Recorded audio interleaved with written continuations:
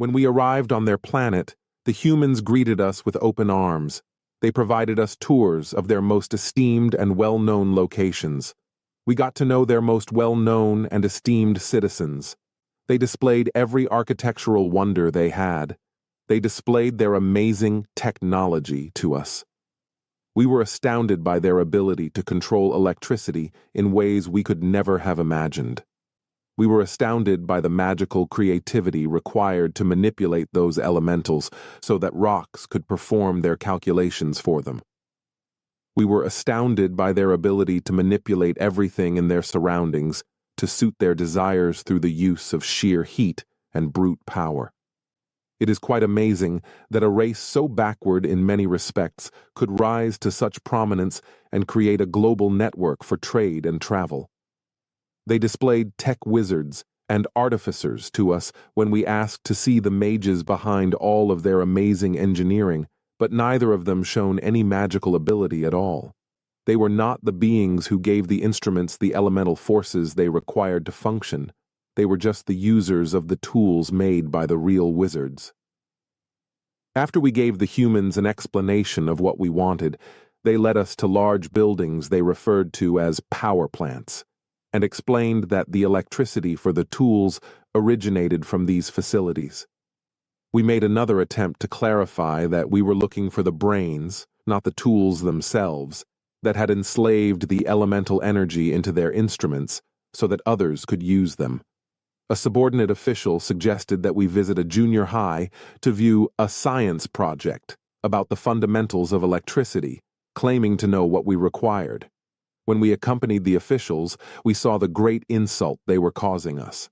The basic toys in front of them, which they used to entertain children, provided the basic knowledge we needed to understand that they did not have any wizards who imbued our tools with the captured elementals of the magical realm to make their tools work. They attempted to explain that there was no magic and that they were simply using a basic force of the universe. We called for our retrieval packs to whisk us away from this junior high and return us to the ship we had parked in their park because we could not stand such insolence and offensive behavior. When we updated the homeworld on our predicament, we crystal calmed them as well, and they also found the human arrogance surprising and intolerable. We declared war on the human race in response to their most serious insults. Their wizards were obviously so few in number and so secretive that they had to keep them under wraps and secure from prying eyes.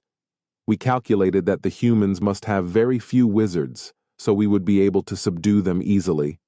Once we did, we would make them confess who among them had used all of their magical powers to create their planet. We would ask them to share their knowledge with us in return for us sharing ours. Once they had paid for their insolence and deceit, we would teach them how to be cooperative and decent galactic neighbors.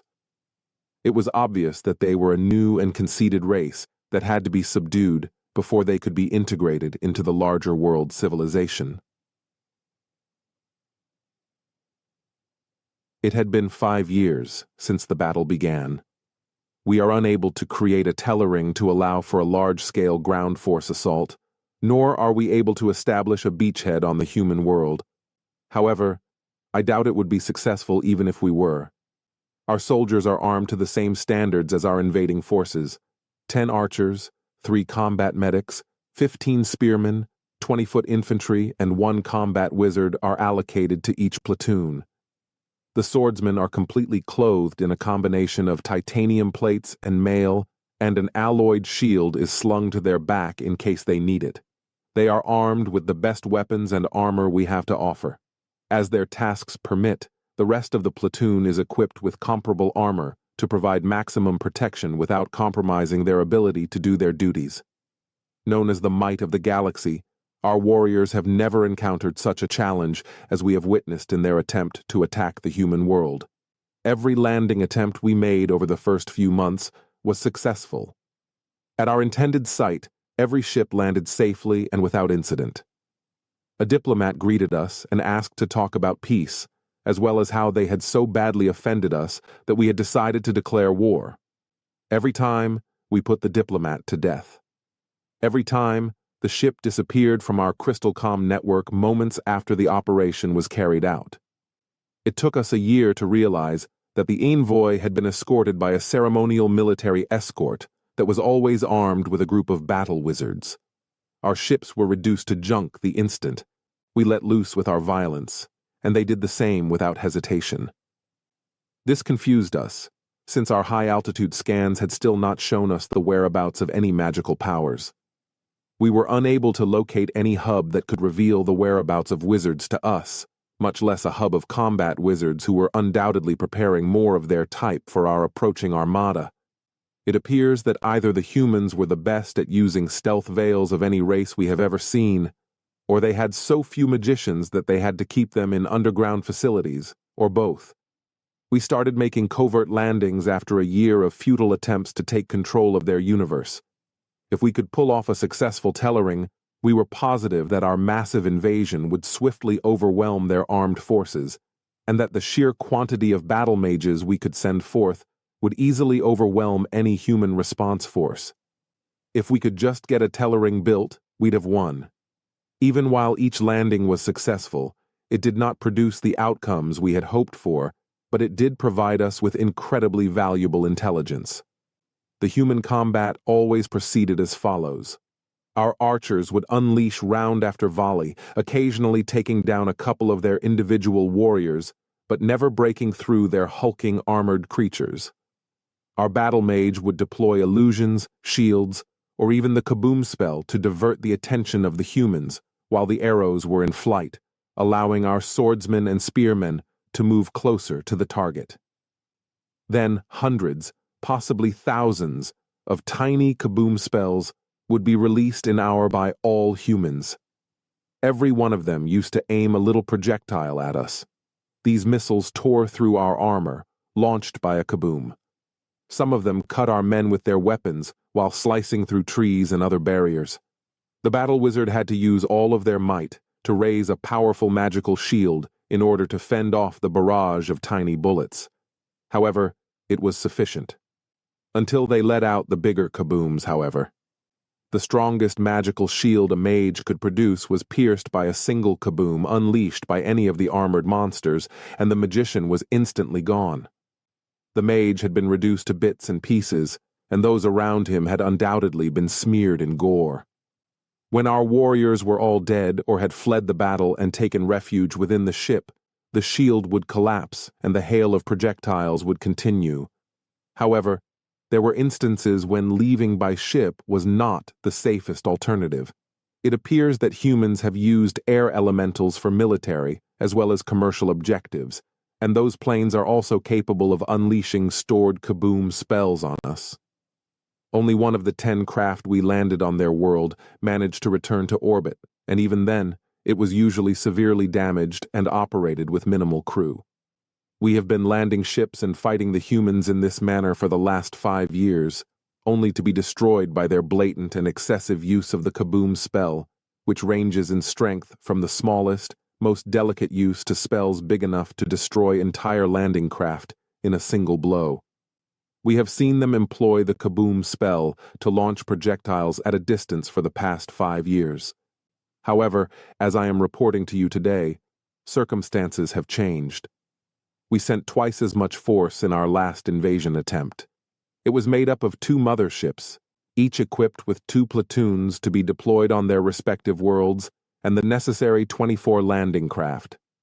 The humans sent us a message requesting that we end our war and withdraw, failing which they would have to use weapons against one of the 2 motherships that are unimaginably powerful and beyond our comprehension. One of the ships responded by launching its whole invading fleet at once. Using one of their kaboom spells, a single magically inert missile was launched from the surface of their globe at us, while the 24 landing craft fell through their atmosphere. Unlike the normal furious and instantaneous explosion, this spell burned slowly, propelling the thing upward at a slow speed in comparison to the weapons they used against our ground soldiers. As it got closer to the complete mothership, we watched from the empty mothership. We laughed heartily, knowing that at its speed it would just bounce off the ship's hull and return to Earth, where it would burn as it re-entered their atmosphere. But then it took place. The largest kaboom that we have ever seen. The other mothership was gone, and in a matter of seconds, chunks of debris rained down on our ship, causing enormous breaches in our hull that let almost half of our atmosphere escape into space before we could shut all of the pressure doors. Our ship was purged of half its elementals, leaving just controls that were unusable. Our landing craft made a U-turn and returned to our ship with about half of them. The rest were destroyed before they could proceed. The people who came back told us that they had heard from the humans and that it was being sent to us on all frequencies. That was the smallest of our nuclear missiles, it told them. There was just one. Should you return, we have tens of thousands ready for deployment, and we're launching a fleet to bring many of them to your globe. You've been alerted. When we arrive, we expect your submission. We do not want to use such weapons against the planet you call home. I hope enjoy video. Please subscribe, share, and like video.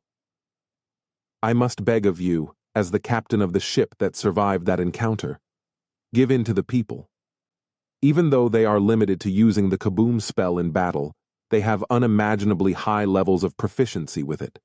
They are tired of us now, that they have put up with this conflict for long enough. It's obvious that they were playing us the entire time, giving us time to deplete our forces before deciding to attack our planet. Maybe if we give up, they will treat us with mercy in a way that we did not. Maybe if we give up, they won't destroy us for trying to oppose them. Instead, they'll be content that the conflict has ended. Maybe they are more advanced than we are in this way, and this battle teaches us something as a young race since our arrogance brought us to where we are now. Please subscribe, share, and like this video